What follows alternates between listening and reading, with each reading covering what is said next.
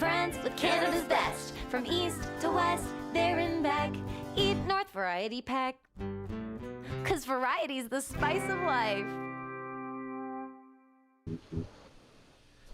Hello and welcome to another episode of Eat North Variety Pack. I'm your host, Dan Clapson. I am so excited for tonight. If you have not watched the show before, make sure to hit subscribe below. We are a mixed bag. We talk food, drinks, music, drag tonight, art, and a lot more. I think it's time to bring on my two co-hosts, Carmen Cheng and Mairlyn Smith. Hello, ladies. Hello, baby. It is great to see you as always. And Mairlyn, I see you dressed up for one of our guests tonight, as did I. I did. I put an extra special effort in, but you know, my hair's gone mental. I have COVID hair, and I feel like I'm wearing a witch's hat. So yeah, I'm really sorry, but you should never comb curly hair because this is what happens. Well, anyway, I haven't had hair since I was 18, so I don't know what that's like. Anyway. Anyway, you might notice I have some takeout containers behind me here. Today is the second annual National Takeout Day, and part of me feels a bit like Groundhog Day that we're still stuck in the situation that we have to actively promote takeout because we can't go sit down in restaurants. But you know, I'm always happy to support local restaurants. So I'm wondering for you two, are you ordering food tonight? Like, what are your plans, Carmen? I am, and I'm excited. I have to show you guys what I ordered. Ooh. So I got, well, I'll talk about this first. I got this adult juice box from Sukiyaki House because, and Dan, you were there just recently. So delicious. But I was craving after I saw your posts, their tarashi, which is like sashimi on rice. Mm-hmm. And they do such a wonderful job. So I'm going to be tempted to dig into this, but I'll hold off until our show is done. We're only half an hour, so you can do it, I think. Mairlyn? I feel like a complete bad person because I ate it. Anyway, we had fish and chips tonight, which is our massive treat. And we go to a local place. And I honestly think that our neighborhood is doing a great job of keeping him in business. But it's like the best fish and chips. So, yay. Awesome. So we're on a seafood kick, you and I. Yes. Yes. Okay, so I'm really excited because, as Dan said, we have a spectacular drag queen on today. And we've already talked to her, and I'm all excited. But anyway, I'll never forget the very first time I went to a drag show. I didn't know I was going to a drag show. And a bunch of friends from university, we said, oh, let's go to this show. And we did. And I was like, oh, my God, they were all so beautiful. I felt like I was completely like the ugliest person in the room. And then when the show started, I'm telling you, they put on the best show I've ever seen. So I have been really taken with them. But then because of Eat North, I've learned more and more about drag. But apparently, I don't know even even a tenth of what. So She doesn't know what "oh henny" means, and we'll get to that later for sure. Don't even tell anybody yet. Oh, God. You'll need to watch Drag Race, Mairlyn. I do, but I guess I'm not listening. I'm mesmerized. I you know, like how you just like, oh my God.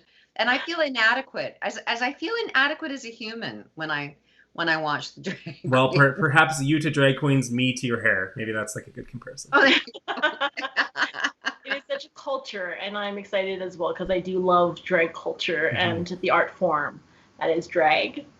So switching gears, we haven't talked about travel lately, I don't think. Because it pains my soul, Carmen. That's why we don't. But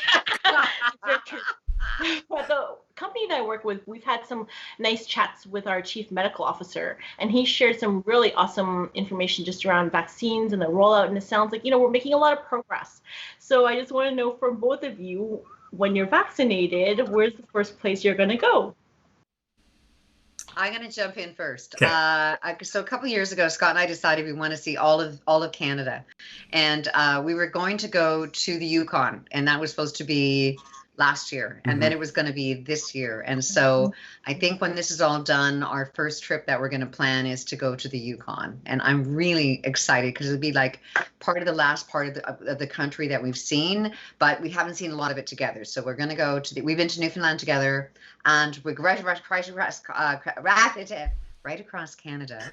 but now heading to the Yukon. What about you, Clapson? Well, I think it should come as no surprise that I'm going to hop on a plane to Vietnam as soon as I possibly can. But outside of that, you know, I agree with you. Going to the Yukon is amazing. I think that Canada has so many wonderful regions. There's so many amazing places in our own country. So I'm also, there's so many places I'm missing right now. I was talking to a colleague in Vancouver today, and I miss being able to be in Vancouver and, hanging out in Gastown and trying all the amazing restaurants there. I miss being in Winnipeg. I miss being in Halifax. I miss all of these cities. So I'm just excited for travel in general to broaden so I can go back on the road. And I think my partner is excited for me to leave the house too. So. Let's Carmen? be honest. I think both of you have talked about Yukon because of that episode we had, right? With the drunk toe from Yukon. I've never recovered from that whole segment. Yeah, the drinking at the No, toe. I think my first place I'm going to go is to see my family. I haven't seen my family since February 2020 in real life in Vancouver. And my partner and I have talked about that. So we're going to go visit them and then hop over onto a plane to Hawaii because it's my spirit place. It's the place I love, and we haven't been there in over a year and a half. And having said that, when I eat karashi from Sukiyaki House, all I can think is this is a more elevated, more well-composed version of poke. Do you agree with that? I guess it's different. I'm sorry, I shouldn't be comparing apples to oranges. So. I was going to say, I think that the idea you have around poke is more of what it's like in Hawaii. It's no secret, if anyone's ever followed me on social media, I have a bone to pick with poke in North America. And I feel like a lot of poke places here don't actually understand poke. And when you see like canned oranges and kale, it just drives me nuts. It's like my biggest pet peeve. But when you go to Hawaii and you have poke, like a lot of the times it's like really fresh fish and it's marinated very well and served on rice and like pretty plain. And I think that that's probably that similarity that you're talking about. Dan, in terms of the tarashi, especially from a sukiyaki, which is its great quality product, they're dressing it very simply, but they have seasoning that's already on there and it's served on rice. And so I could see, where those parallels are, for sure. Definitely. And speaking of fishy, another term that Mairlyn probably doesn't associate with drag culture, time to bring on our first guest. So Valerie Hunt is a very talented drag performer right here in Calgary. Well, here is where Carmen and I are anyway. Works at a local brewery, Old Beautiful Brewing, and is just an all-around amazing person. Valerie, thank you so much for joining us today. Hello, thank you for having me. And I'm so excited to be here. Not surprisingly, you look fabulous. How long does it take you to get ready like this? Just under 300 years. Okay. Well, she's not a day over 301, so there we go. Yeah, I am a cryptid. So we were talking earlier about missing things like travel and whatnot, but obviously, you know me, I miss doing events as well. One of my favorite events to put on is a drag brunch. So can you talk a bit about drag brunch culture and why drag and brunch seem to go so well together? I think I could sum it up in one word, which would be mimosas. Yes. There's that. But I think that brunch, especially like in the summer when you can enjoy it on like a patio and in a beautiful space, accompanied with the amazing art form of drag, is just like the perfect combo for a really amazing time. It kind of just like sets the mood for the day, just like brunch. And yeah, I just think it's so fun to watch drag queens, kings, everyone in between prance around between like Eggs Benedict and some mimosas. Absolutely. And I feel like there's a certain vibe of a drag brunch that is very different than seeing a drag show at night. The performances are usually somewhat different, but also I find it's a more, a safe space is not the right word, but I feel like for people that are not familiar with drag, a drag brunch is maybe a good entry-level experience for them. Do you agree with that? Yeah, it's kind of like the gateway drug of drag shows. I feel like it's a nice step in because everyone's awake and just there to have a good time. Love that. Well, you had me at mimosa. So, okay, honey, apparently I don't know slang. I'm such a loser. I didn't know henny. I don't even know. I'm hoping it meant honey. I don't know. Does it? More or less. What? More or less? More or Or does less. it mean I'm a goof? No, anyway. Okay, so I want to play a game with you. I want you to just give me some drag slang, and then I'm going to try to figure out what it means, okay? Yeah. Okay, so give me a drag slang, and here we go. First word, Gagatrondra. I don't even know that. The first thing that came to my head is that, no, I didn't fart. Why are you asking? Anyway, no. Oh, that's beautiful. You know what? It kind of goes with the look of the queen who said it. Oh, okay. It just means like shocked or surprised. Okay. Well, you know what? You're right. I was kind of close on a, kind of weird way. I love that word. The abbreviated of that is just a nice simple gag. Oh. All right. Gagging. Give me another one. This is fun. I'll go simple. Slay. Oh yeah, you slay me? Like that kind of thing? Like you slay me. Yeah. Like you're slaying. It's just like you're slaying it. Like you are so sick and hip and this is dope. Like you are slaying it in that amazing velvet blazer. Oh, God bless you. You are a very kind human to say that. Okay, Valerie. So when did you first get into drag? Like when was that? Like was you something you always wanted to do, or one day you just saw a show and you went, I could do that? Well, when I was really young, I used to perform in like community theater and theater in school. And I loved like getting my hands into like the kind of more feminine parts, but still out of drag, I identify as like a man. I use he, him pronouns out of drag. In drag, I use she, her pronouns. But I started my drag career in 2018. So that's what, yeah. So you're kind of new into the world of drag then. New, but like so stunning. Everybody knows about me. So new and fabulous. All right. Carmen, over to you. Well, Valerie, you're here in Calgary. The sun is shining right now. It's so warm. It makes me think about summer. And I always think about Pride when I think about the warmer weather. So I'm wondering, what are your thoughts in terms of this upcoming 2021 Pride season? What do we think it'll be like last year? Do we think it'll be different?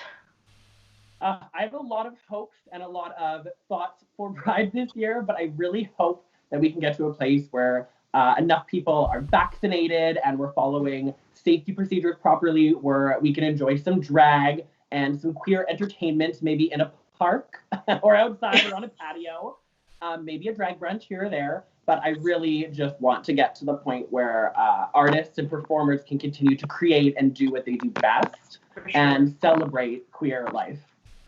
Yeah, and I mean, even if we aren't all vaccinated, why can't we have an outdoor like brunch picnic somewhere? Hey, all like spread out?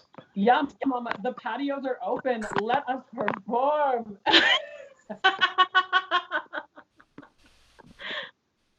Well, Valerie, one thing that I love about you is... I really hope we can revive some of the shows and bring back the venues that have just been waiting for so long to just thrive. For sure. I think that will happen soon for sure. Valerie, one thing that I love about you is that, a lot of people watch RuPaul's Drag Race and they get used to one type of drag performer, which again is perhaps ones that lean more fishy. So maybe you can explain to Mairlyn what fishy means first. Yeah. So fishy is an interestingly controversial word because it, in drag slang in modern day, essentially embraces the idea of like a passing queen. So a queen who looks very feminine or realistic. So, like me. But there are really like great examples of very like feminine drag like that. But drag is starting to disembark from this word, as it also kind of is a little bit of like a slur in a way, especially I believe in like the trans community. Mm-hmm. So as much as I love fishy quote unquote drag, and it's still used on Drag Race to this day, it's technically like one of those vocabulary words that we're slowly like rolling out of our gorgeous drag textbook. Which and I love that, and I love how everything is constantly evolving, and that's an amazing thing. And I think that this current season of RuPaul's Drag Race, I'm sure you'll agree, it was more diverse than ever. It got Mick being the first trans male contestant, and there's I think times are changing. So for you, not being a I guess a conventional queen or alternative, if that's a term that's okay to refer to you as, how do you see that part of the drag world? Alternative. But how do you see that part of the drag community being uplifted now because of this current season of Drag Race and Got Meg?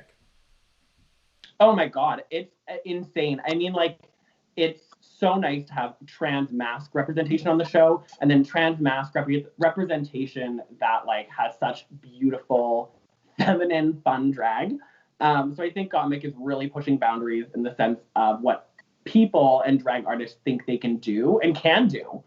So I'm so excited to see what season 14 has in store, what maybe Canada's Drag Race season 2 has in store.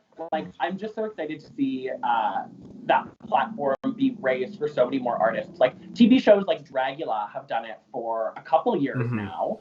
And that's one of those like alternative drag shows. But they've featured non-binary artists. They had a drag king who won. Spoiler alert. Like, it's just so fun to see all forms of drag be celebrated. And I think Calgary is a city that does that beautifully. No, I agree with you 100%. So I'm excited. I hopefully things normalize this Pride season and we can all get back to doing our drag brunches and our sachet fillets and our evening parties and whatnot. I really hope for that and hope this summer can be more alive than ever. Oh my God, cheers to that. Yeah. Cheers. Awesome. And before we let you go, what are you drinking in that cup? Oh my God. Okay, so I am having, look at me, I have my growler right here. Ooh. It's the Old Beautiful Brass Monkey. It's a blood orange blonde that is deliciously smooth. And you can come find me at Old Beautiful, where I work. In Inglewood. And we shall. Awesome. Thank you so much for chatting with us, Valerie. It's always tons of fun to see you and to chat with you on here. It's been great. Absolutely. Thank y'all for having me. Thanks. Thank you. Bye. You're wonderful. Farewell. Wow, that was fun. It's so much fun. And see, Mairlyn, you learned a lot. I learned a lot too, so that's good. No, you know what? I think as long as you're learning every day, then that's great. So she was wonderful. And I didn't realize that there were different kinds of drag presentations. So, because when I saw her, I thought, well, that was like a way different than what I'm used to. So I'm glad you guys had that part of the conversation. You're used to the 1980s Reba drag queen, I think.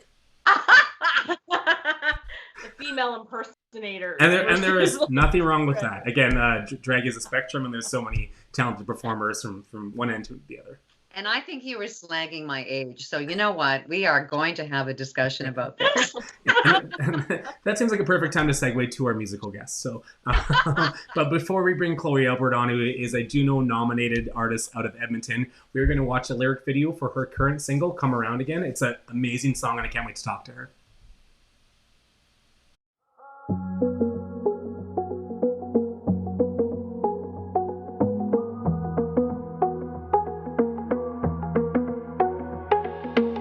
I am headed home with the scent of coffee clinging to my skin. I wonder if you know I've been thinking of you since you first walked in. A foot of counter space feels like such a great divide.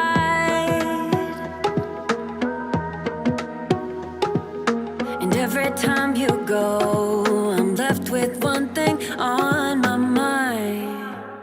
When you gonna come around again? I missed you ever since.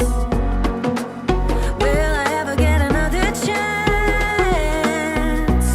When you gonna come around again? In the evening glow, after closing up another day, well, I had surely hoped that I might get to know your name. 'Cause every open door, yes, every time that bell does ring,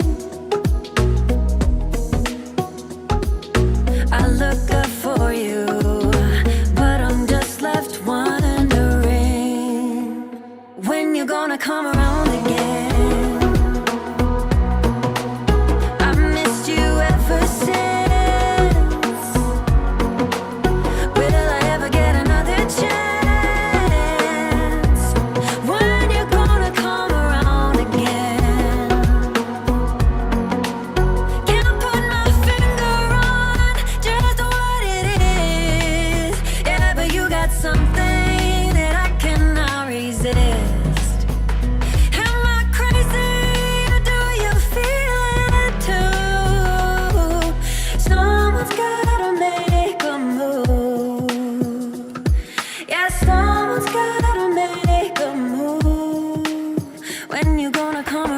again. I missed you ever since. Will I ever get another chance? When you gonna come around again? When you gonna come around again? I missed you ever since. Will I ever get another chance? When you gonna come around again? When you gonna come around? I missed you ever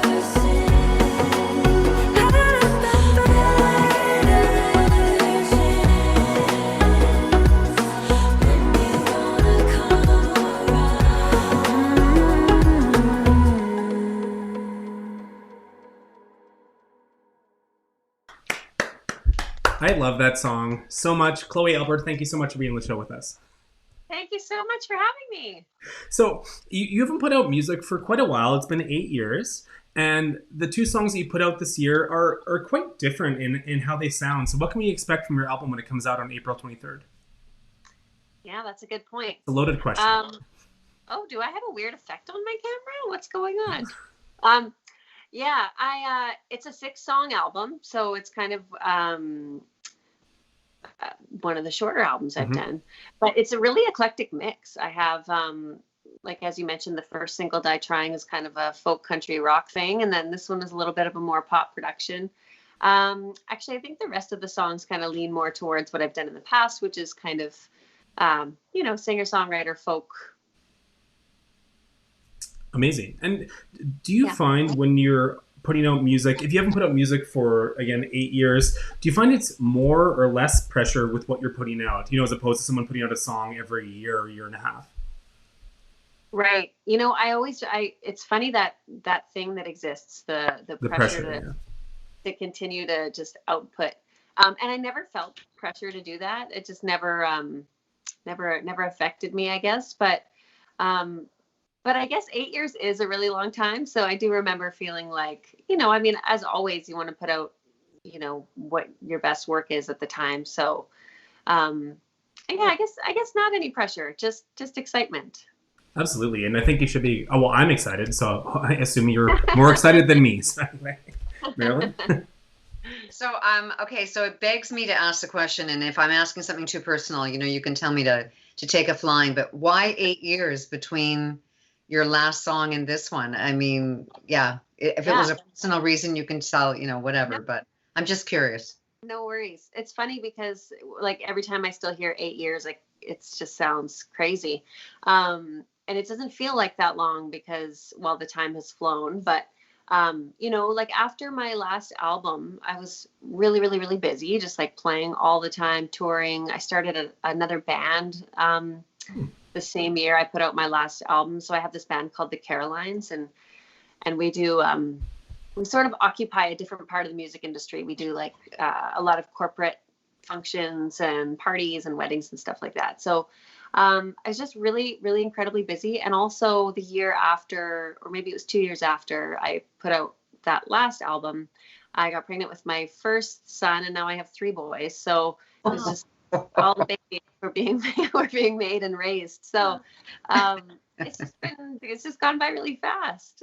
Oh no, that explains everything. Hello. Yeah. I have a son, and I told him I haven't had a good night's sleep, since he was born, and he's 31 years old. So I get it. Let's hear our guests, Mairlyn. I like to know, from the last time you put an album to this time, there's some things that are different, obviously, with COVID and the pandemic. What's it like releasing an album for you now? Like, what's different, or what's maybe a positive outcome? A positive outcome. It's funny because it is so different. And I was just talking to a friend about that today, like mere hours ago. It's so different. One of my favorite things about releasing a new album was kind of throwing a big CD release show. kind of felt like throwing a wedding every time. It was like, you know, you invite all your favorite people and more come. And I really loved it. And also just being able to share the excitement live with people. And so I wasn't anticipating that loss, but it really hit me like after I released the record's not out yet, but after I started releasing singles, I had this like release hangover where I was like, but I know, where's all that energy? And so that is really different. And the other thing that's so different is the streaming thing. So streaming wasn't really as popular or like hardly, I mean, I don't know, maybe lots of people did use it back then, but I certainly didn't. And so, yeah, so it just feels different. Yeah. But as far as a positive, I mean, I think the positive is I am learning to kind of connect online more, which I've enjoyed. I mean, you gotta make the most of what you got. So, and the incredible thing about online is it's like this global thing. So it's fun to connect with people from around the world, and yeah. Cool. Both the songs you released this year are really wonderfully produced. I think in particular, Come Around Again, it's one of those songs I feel like when you hear the first 4 or 5 seconds of it, you're into it immediately, like you want to hear more. I just wonder how do you come to that production decision? Like was that intro always sort of in your mind when you first wrote the song, or was that sort of a collaborative effort? No, yeah, this one was so fun for that very reason. So typically, you know, in the past, you go into a studio, you bring your band, and you track live instruments. This song I had actually recorded a couple of times. Once for sort of more of a demo situation to kind of see what would come of it, and then for this record, I recorded it with the band that I recorded the rest of the tracks with, and they all played incredibly and did a beautiful job, but at the very last minute when almost everything was done, I just was like, you know what, this isn't bringing out what I want to bring out in this song. It sounded completely different with a live band. And there's a producer out of Vancouver that I've actually always wanted to work with. His name is Ryan Stewart, and he has, he did a sort of singer-songwriter friend of mine's song well over 10 years ago, and I always have remembered his name since then, and he's gone on to record bands like Headley and Simple Plan and Carly Rae Jepsen, and he's really, really amazing. Anyway, so I at the last minute reached out to him and asked if we could do this song together, and it was so fun because I essentially just sent him my vocal, which I had already done, and I played this percussion part on my acoustic guitar, which I sometimes do at a live show if I don't have like a djembe or a drum. I'll just play on my guitar. So anyway, I sent him just those 2 files, and he built the whole track. So that's all his creativity and wow. and beauty. Yeah. That's an absolutely beautiful song. I love it so much, and I hope you find a lot of success with the album in general, and also the 2 singles you released this year. Thank you so much. No problem. And last but not least, I want to say you have great taste in Edmonton restaurants, so props for that as well. All your picks on eatnorth.com. It's great. Thank you. That was fun. Awesome. Thank you so much for chatting with us, Chloe. It's really nice to see you, and congratulations on all of your success. Thank you. Nice to meet you all. Cheers. Thanks. Take care. Thank you, everyone, for watching another episode of eNorth Variety Pack. It's been a ton of fun. Thank you to my 2 co-hosts, Carmen Cheng. I almost said Carmen Smith and Mairlyn Cheng, but that's not right. Swap those names around, and we will see you next Thursday. Cheers. Thanks. Eat North Variety Pack. Food and friends with Canada's best. From east to west, there and back. Eat North Variety Pack. 'Cause variety's the spice of life.